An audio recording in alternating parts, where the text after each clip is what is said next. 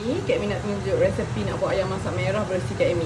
Korang buat cara macam ni memang sedap gila ayam masak merah tu, macam makan dekat kenduri lah. Minyak ni bekas goreng ayam. So ayam kita goreng dulu separuh masak. Jangan betul-betul garing ayam tu.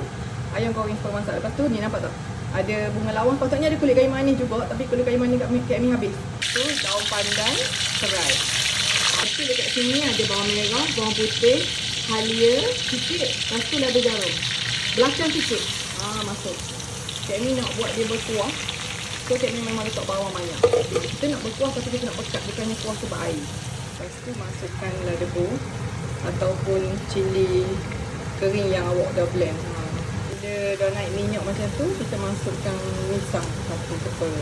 Tu ni Kak Amy masuk lada ada sos cili, sos tomato, sikit sos tiram sikit. Kacau.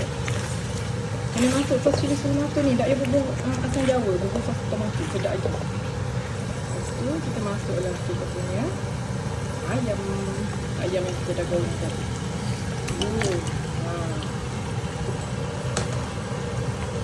Kita gaul. Ni kalau makan dengan nasi dengan kuku, nasi dengan nasi, sedap gila. Try lah buat ayam masak merah. Juicy ni, okey?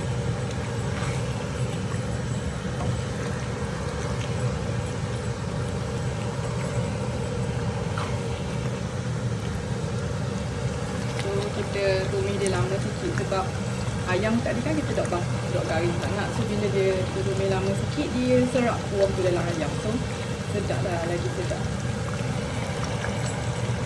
So this is ayam masak merah by Kak Amy.